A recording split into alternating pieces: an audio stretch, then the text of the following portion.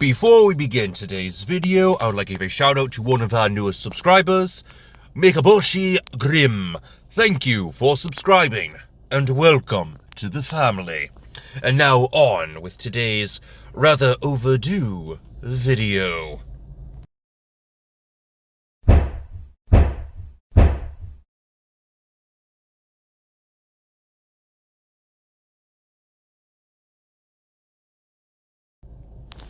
Greetings, my dear viewers. It is I, Drayhon, and welcome back to Dungeons & Dragons Character Concept Deep Dive, where we take a look at some out-of-the-box character concepts and bring them to life within Dungeons & Dragons 5th edition. And today is the final response build for Jenny D's video covering the Artificer in Dungeons & Dragons 5th edition. This is mostly a response to her clip on the Battlesmith Artificer and her desire for a Geppetto-like character.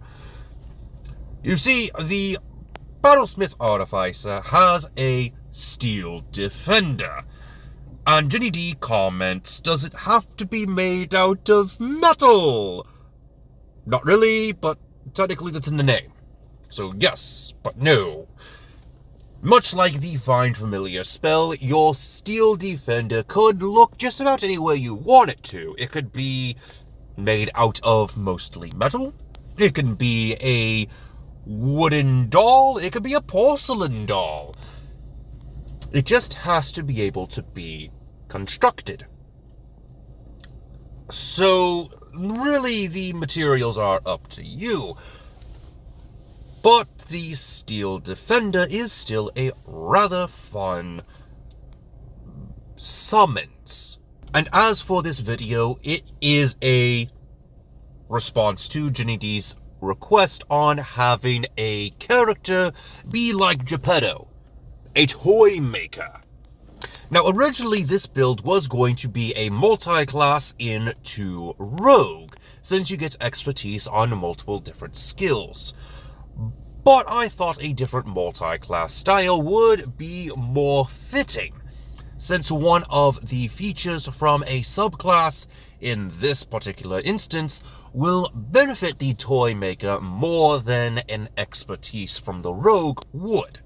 So, for the toy maker, we will be creating a Tech Priest. A Tech Priest is a multi-class of Artificer and Cleric. We actually did an optimized build for the Tech Priest about a year or so ago. Actually, I think it's been 2 years now. Anyway, if you want to check out the optimized video for the Tech Priest, I definitely recommend it. I believe it was actually the very start of this series. No, wait, that was the Sorlock. Anyway, it was one of the very first builds for the optimized series, and one of the most fun I've had with a build. But without further ado, let's go ahead and get started with our stats with the point-buy system. Strength and Constitution will be a 10. Charisma is not necessary, so we are going to be dropping it for an 8. Dexterity and Wisdom are going to be our second most important stat out of 14, with Intelligence obviously being a 15. For our race, the only one that I found fitting would be the Rock Gnome, though you could substitute this for any race that you want. I chose the Rock Gnome specifically for its Artificer lore and Tinker features.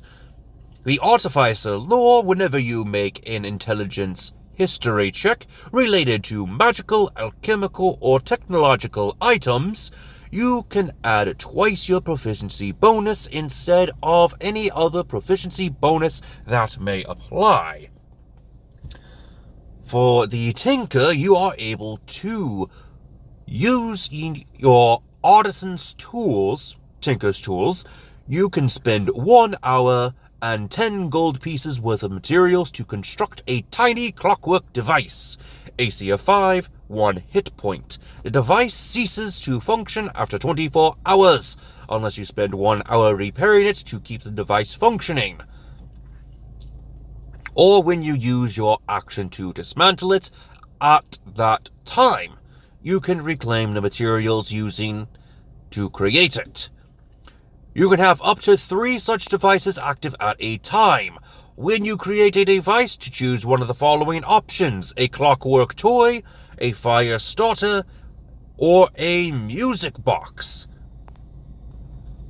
At your DM's discretion, you may make other objects with effects similar in power to these. The Prestidigitation cantrip is a good baseline for such effects. So you basically get a free access to Prestidigitation permanently on one item, which is pretty useful. With this race, we are going to increase our intelligence by 1 and wisdom by 2.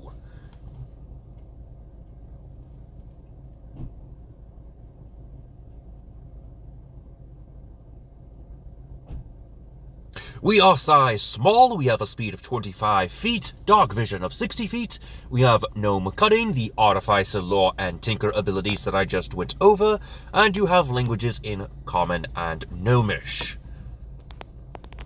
For our background, I found the clan crafter to be the most fitting, giving us proficiencies in history and insight, carpenter's tools, and the language of dwarvish. We also get access to respect of the stout folk.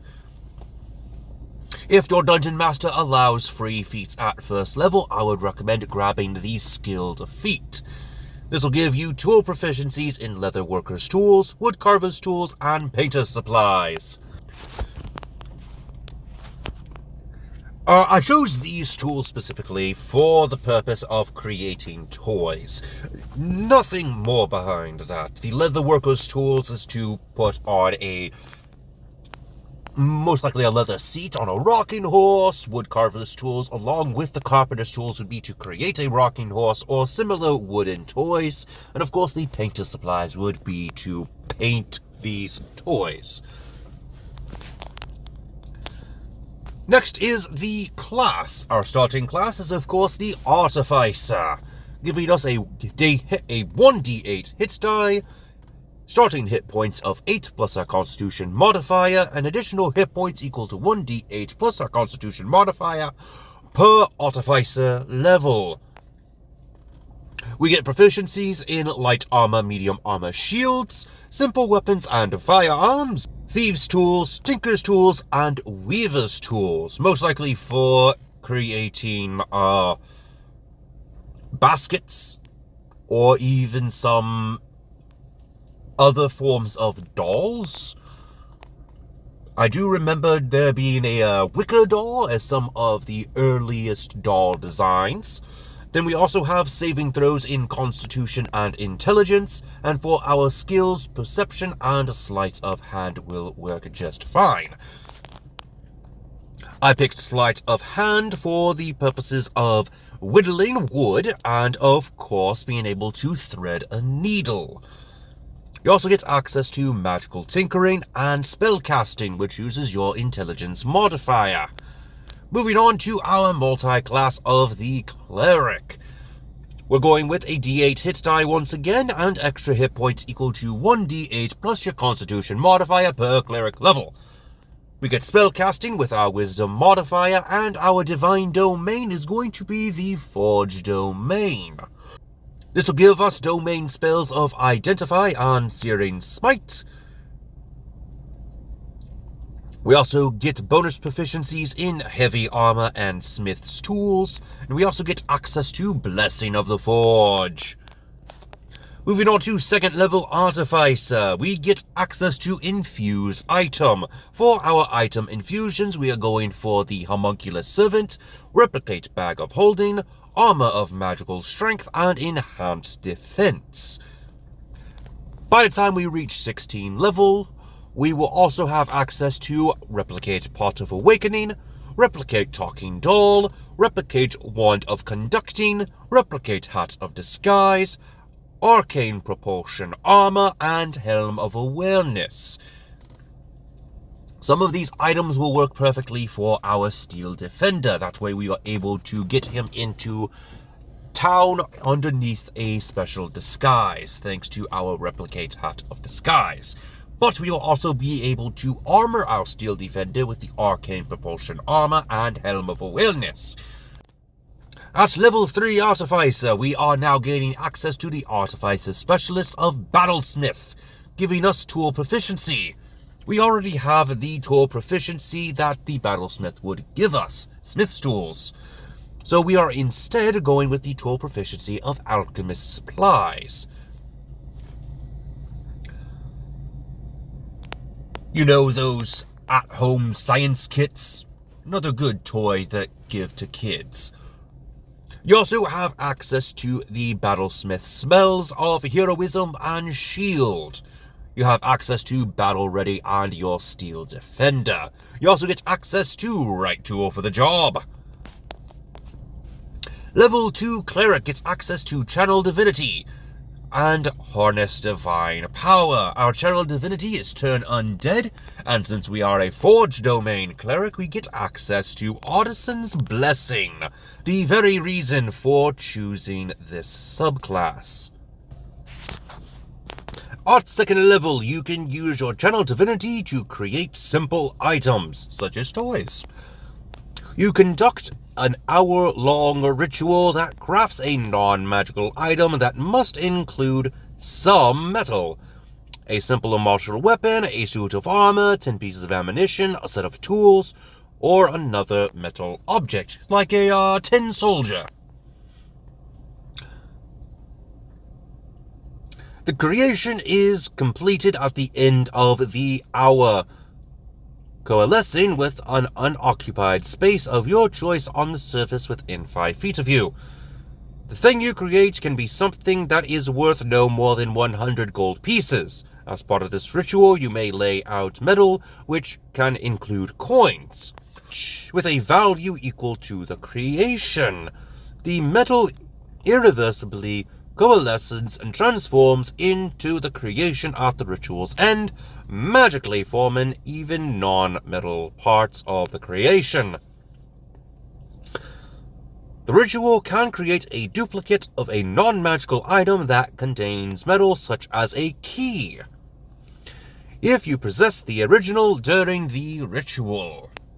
Moving on to level 4, we are going to go to Planeshift Kaladesh to gain access to the feat of servo crafting, which gives us access to the ritual Find Familiar.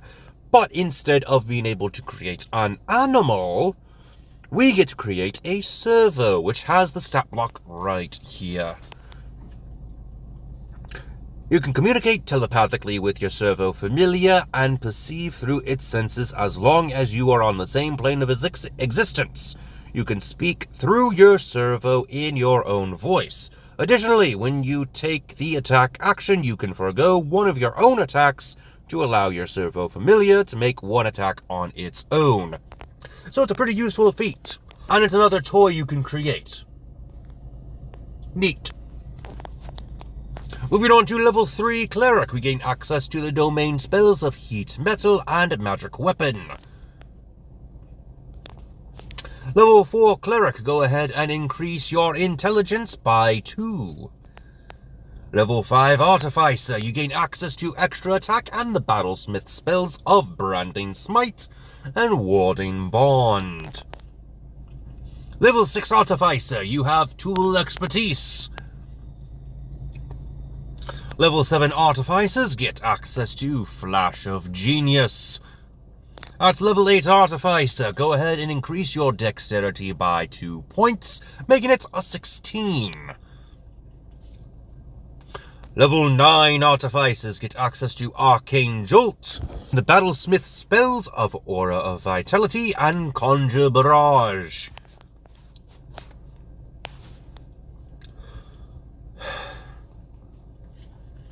At level 10 Artificer, you are now a Magic Item Adept. Level 11 Artificer gives you access to spell storing item. At level 12 Artificer, we are going to grab the feat of Squat Nimbleness. This is only because we picked a small race. If we had picked any other race, we would not be getting access to this feat. We would instead increase our dexterity by 2 points. Thanks to Squat Nimbleness, we get to increase our dexterity by 1 point. Our speed gets increased to 30 feet. We gain proficiency in athletics, and we have advantage on any strength athletics or dexterity acrobatics checks we make to escape from being grappled. This has no use outside of this. It is literally just for the fact that we are a gnome and that we are small. It does not have anything to do with the toy maker, so you can forego this feat if you so wish. At level 13, we get access to the Battlesmith spells of Aura of Purity and Fire Shield. At level 14, we have access to Magic Item Savant. Level 15, we now have an improved Defender. On at level 16, go ahead and grab your Skill Expert. This will increase our dexterity by 1 point to an 18, give us proficiency in Arcana, and expertise in Sleight of Hand. That is the end of today's build, but not the end of this video, as we also have some spells to go over. For our recommended spells, I have this list of Artificer spells for you: Dancing Lights, Mage Hand, Mending, and Message. First level spells: Alarm, Catapult, Identify, and Tasha's Caustic Brew. At second level, we have Arcane Lock, Pyrotechnics, and Web. For some reason, I put Heat Metal here, even though it was part of our subclass spells that we got for absolutely free. So you can change that out for whatever you wish. Our third level spells are Catnap, Intellect Fortress, and Tiny Servant. At fourth level, we get access to Fabricate and Summon Construct. For our cleric spells, for the cantrips, we have Guidance, Light, Sacred Flame, and Toll the Dead. First level spells are Detect Evil and Good, Detect Magic, Healing Word, and Purify Food and Drink. Second level spells are Calm Emotions, Prayer of Healing, and Spiritual Weapon. And that is all I have for you today. What did you think of the Toy Maker? Let me know in the comment section down below. And let me know what type of character you would like to see next. But until next time, this has been Drahon, and I am offline.